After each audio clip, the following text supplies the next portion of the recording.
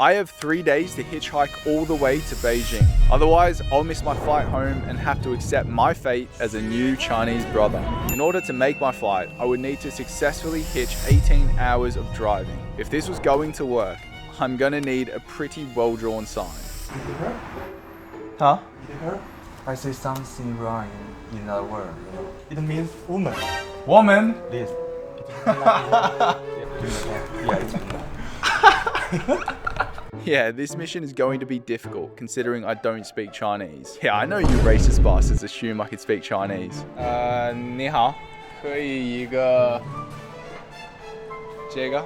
Okay, maybe your racist assumption wasn't entirely wrong. I can speak at the rough level of a 3-year-old Chinese kid. This challenge is going to be hard. I'm not sure I can find it. Very difficult. Very difficult. My good sir, I thank you for correcting my sign, but I'm sorry to say that you are wrong. It is not impossible and I'm going to prove it. To start my journey, I got a taxi to the toll booths at the edge of town and I was ready to begin. I got my sign and hope to God they stop for me. There's a lot of room to stop here, which is why I chose the toll booths. Let's give it a crack, eh? And so it began, my first attempt at hitchhiking in China. And after about 10 minutes, I had a realization. Oh, it's gonna be a lot harder than I thought. Oh, it's so hot. For reference, it's about 40 degrees in China at the moment. This is the one, I feel it, I feel it. Please, for the love of God. Oh. Okay, maybe that wasn't the one, but that's only because I was setting myself up for success later on, i.e. now. This is the one. Yes, no, maybe. Oh no! It's almost worse when they start slowing down because you get your hopes up and you're like, holy shit, finally, yes, this is it. And they just fucking drive off and crush my dreams. So as heartbroken as I was, I got back to it. And as the seconds turned into minutes to nearly an hour, I started losing hope. I think soon I've got to rethink my strategy because this doesn't seem to be working very well. I decided to give it one last go, which was the most uneventful 30 minutes of my life, and the GoPro overheated in the 40-degree heat and turned off. This was the last thing it captured.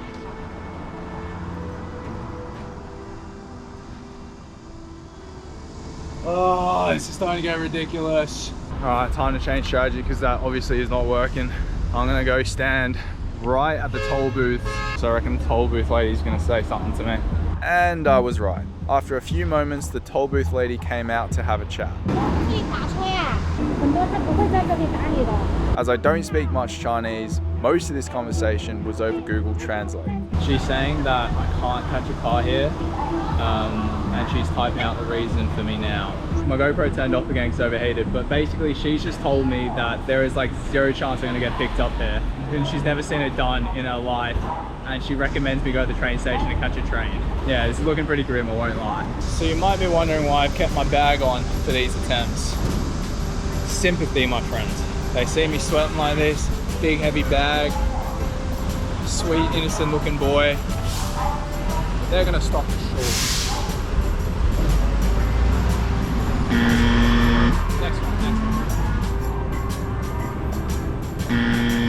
I meant the next one. My new strategy was guaranteed to work. If you keep saying next one, you will be right eventually. And eventually was now. Oh, hang on. Oh, I was heartbroken all over again. But I heard the best way to get over a heartbreak is to break something else. So I decided the law will do. And right next to the police station at that. I don't know if there's like a fee or anything for getting caught pissing, but I really hope not. Now, I've shown my piss stream in a video before and my mates absolutely roasted me for it. So sorry guys, they ruined it for everyone. No stream on camera today. But once I got back, I saw a parked car and knew I had to take the opportunity. Oh my God, there are people stopped. I'm gonna go try. 你好，你去 here 吗? Right, cool. 这个是你的车吗? Fucking cunt. Doesn't even say a word to me. This is impossible. But it is not impossible because only a few moments later. Oh, no way. No! Oh, that makes you want to cry. That was the closest I've gotten. He took a real good look. He even read out the word. I saw him mouthing like, Da Shao. Dachau? Yeah, whatever. I am actually never getting out of here. I spent the entire fucking day here. It is 4:22. Things were not looking good, and as you're about to see, my attitude was deteriorating. Oh, that guy was even smiling a lot. Shame it's fucking worthless. Bro, that girl's literally like this. I can't see you. Fuck off. Fucking goggling me with the window open. Has the window open and just goes. This was extremely problematic, seeing as my plan was to hitchhike 18 hours and I haven't even left the starting point. If I fail this challenge, not only will I miss my flight home to Australia, I will also miss out on the chance to eat my uncle's noodles. See, my uncle lives in Beijing and he loves cooking and has cooked me these special noodles since I was young. Extremely nostalgic for me, and so I was desperate to get off the starting line. That guy waved at me, I got a wave. About, what, 3-4 hours and I've managed to get a wave. And that's actually it. All right, new strategy, I'm gonna smile and be really like in their face about it to make it really hard for them to say no. Big smile, big smile. Ni hao. No, of course. Fuck. I actually can't believe I've not had a single person even like stop for me. That's actually crazy. But I see like videos of people hitchhiking all the time and it works. What am I doing wrong, boys? What is the, I just realized, what if the writing's too small? Because that dude was squinting so hard. And that's not racist, I swear to God. The time is now 5 o'clock, so my chances for today are really slim. The little amount of cars going past now is starting to get a little alarming. Let's try this side, shall we? Hello, darkness, my old friend. Yeah. I come to talk with you again. Because a vision softly creeping lifted seeds while I was sleeping, and the vision that was planted in my brain still remains. The sound of silence. There's not even any bloody cars. This is clearly not working. So I'm going to try a new strategy. So I've been here for 4 fucking hours. I've gone nowhere. And it is still like fucking 35 degrees, bro. I honest to God thought this was gonna be somewhat easy. I haven't got a single car to even stop and have a chat with me. I haven't even had anyone say hello to me. A few moments later. Da Shao.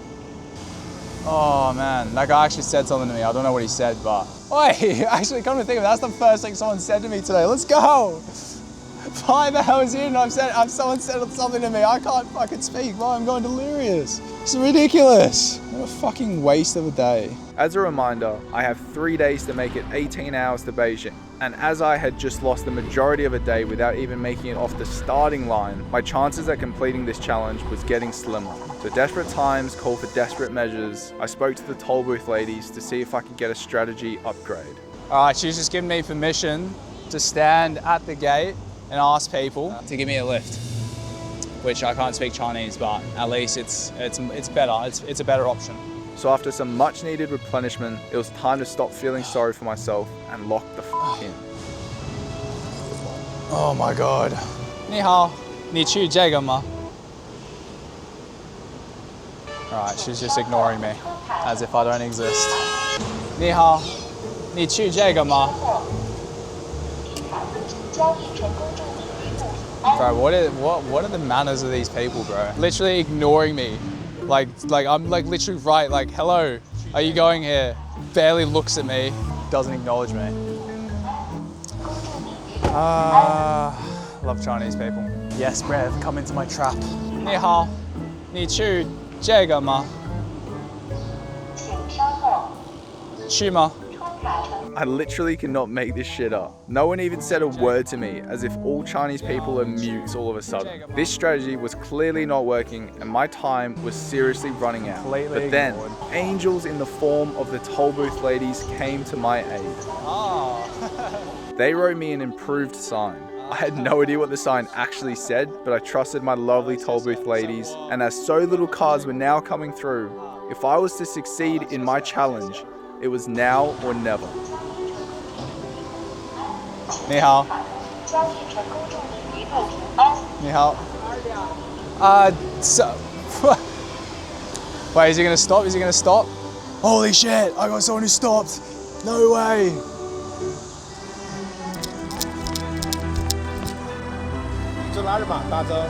我要去 Yeah 大洲。对不起，我说一点点中文。对。你有行李吗？我有 bag 吗？是 bag 吗？对。我有。那你拿吧。可以吗？啊 ，yes， 谢谢。Yes, finally, yes. I'm going somewhere. That's right, I was doubted. People said it was impossible, but with 5 hours of perseverance, I was now in a car that was taking me 2 hours closer to Beijing, 2 hours closer to my uncle's noodles. My saviors were a family with kids, so I did my best not to film them and make them uncomfortable. But I did get my mum on the phone to translate for me, which ended up leading to a moment that defined this entire video. She said she went to the place like a hotel. You can stay there. Then he might you have a pod. Oh wow. Make sure you tell them I will pay. Like I don't want it for free. Like I will pay. And if they're talking about dinner, tell them I want to pay for dinner. Okay. 不用的。我要。也不贵，也不贵，没关系的。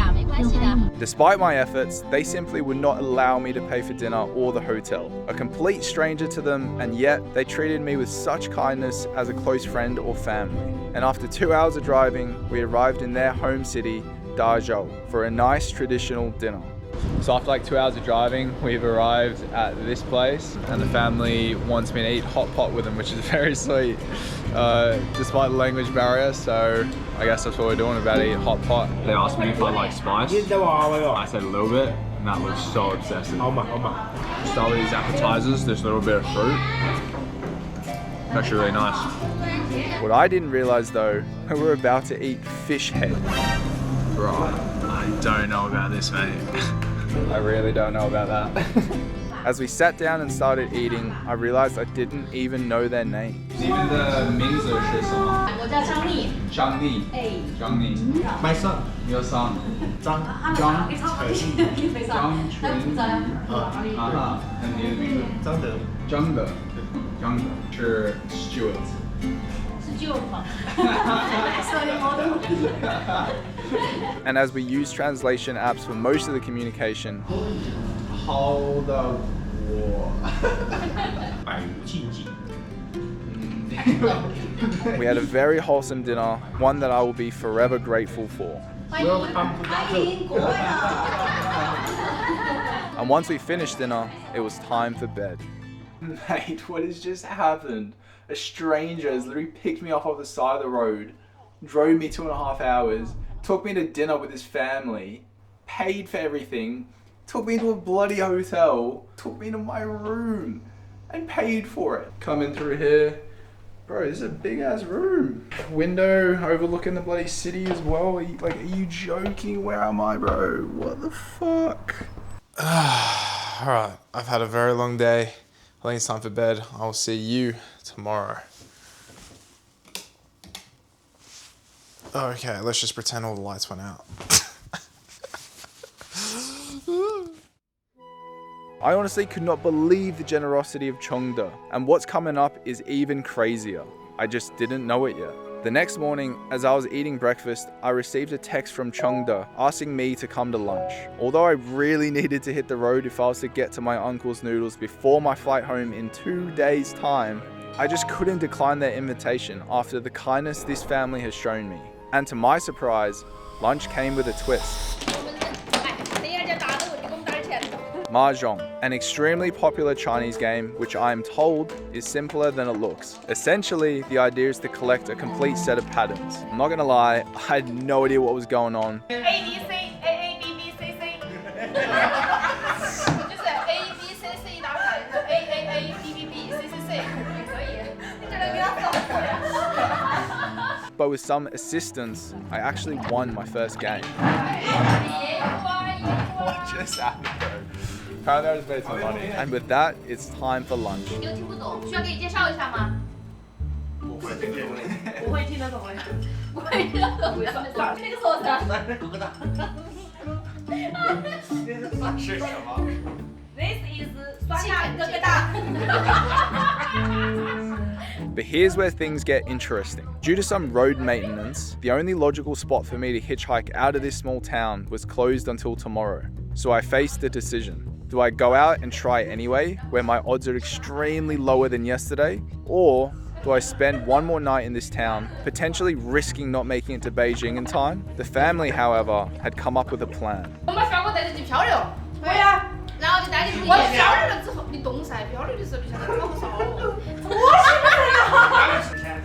可以噻，可以噻。 Unfortunately, the idea of rafting got lost in translation because what she really said was, stay for one more night and we'll take you rafting tomorrow. But this is what came out in the translation. So you pay for turn, then you to drift along. Yes, I had no idea what she just proposed and what this led to later on. And the only reason I found out about this exact moment was when I was editing this video and I got my mum to translate what they were saying. But after doing some research, I decided the best option was to stay one more night and get moving early tomorrow morning. Once Chunda learnt that I would stay for one more night, he immediately left the room and then came back and told me he had paid for my hotel and invited me to dinner. So here I am eating dinner with Chengde and his family, and it doesn't stop here. I was told we were going for a walk after dinner, which actually led to a 2-hour full body massage. And there's a TV screen in front of us, which is just ridiculous. But the story doesn't stop here. After the massage, ChengYi asked about the water rafting again, but this time showed me videos of the rafting, so nothing was lost in translation. The spot was 2 hours up north, the same direction I needed to travel to get to Beijing. So not only would this be a fun experience, it also happened to align with my goal of getting back to Beijing as soon as possible. Genuinely cannot believe it. It is, I'm like lost for words. So nice, generous of them to take me in and offer all these things. Like they didn't have to do that. Even just a simple lift was so amazing. But then to take me to dinner, pay for my hotel, invite me on tomorrow, like pay for a full body massage just then. It was like 2 hours of like a pricey place as well. Oh my God. And like my hotel as well, it's a good bloody hotel. Cannot believe it. Genuinely cannot. 哥哥来说，哥哥跟阿姨，你哥哥说一下，来了一个好像的事情，什么好像刹车，哦。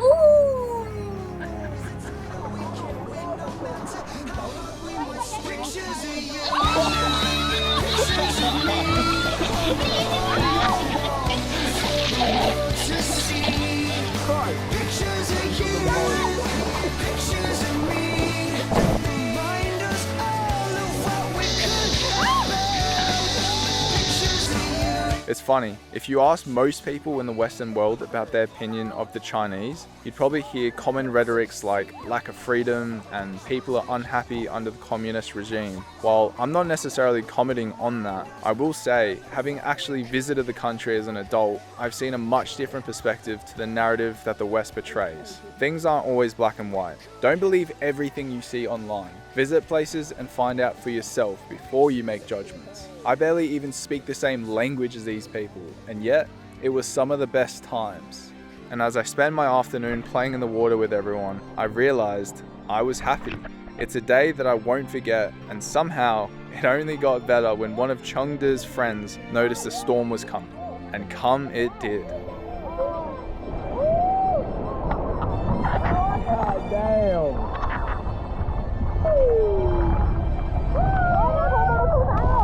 Oh, where the fuck did this just come from? What?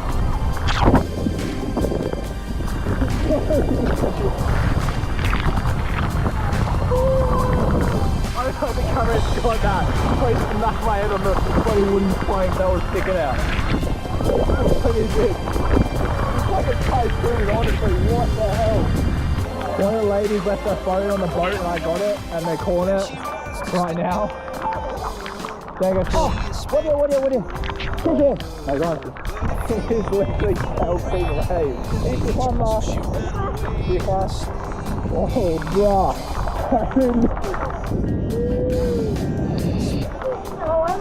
How much? 好爽. Me and my new Chinese family out for a day stroll.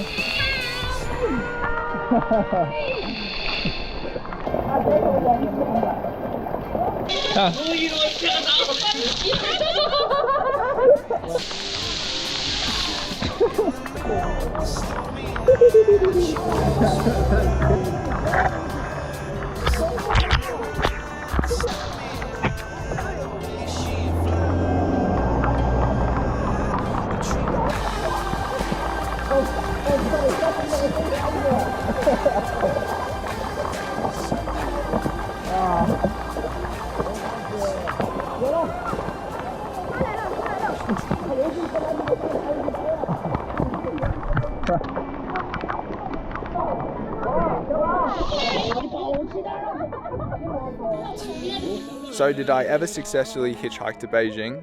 Well, no, but I'm beyond happy that I failed. After spending 4 hours getting brutally rejected over and over, I started adopting a negative view of Chinese people.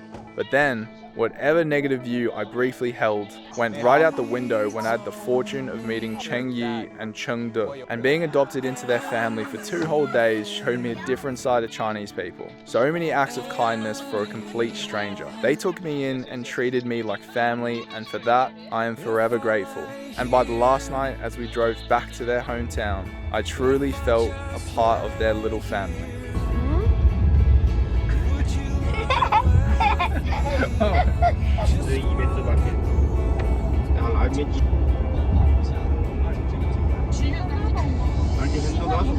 In the morning, as it was a last-minute train booking, I was unable to get a seat, so I sat on the floor, quite cramped at one point, and a whole 12 hours later, I arrived at my uncle's place where he made his famous noodles.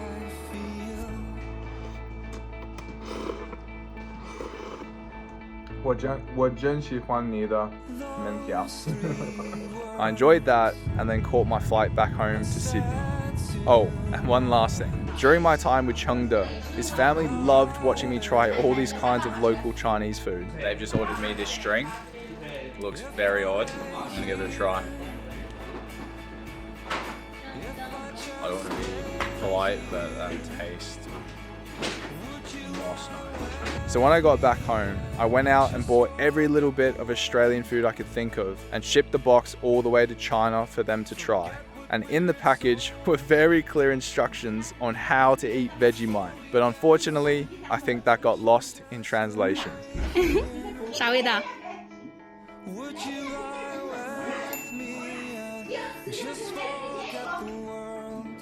你要吃就说话，我在这等你。